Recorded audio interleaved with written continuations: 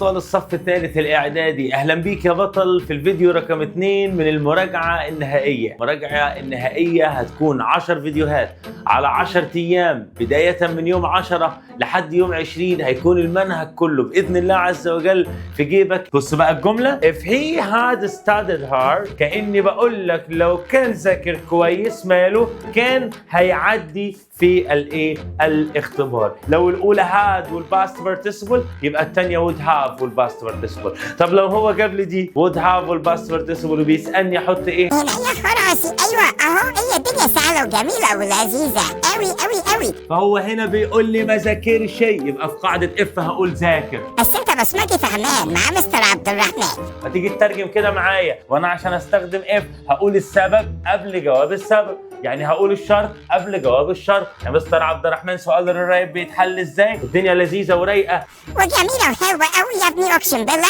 بس انت محتاج تركز. وباذن الله عز وجل مع مستر عبد الرحمن كل حاجه هتبقى في امان. مستنيكم في فيديو الحل والاسئله ان شاء الله عز وجل. مع السلامه.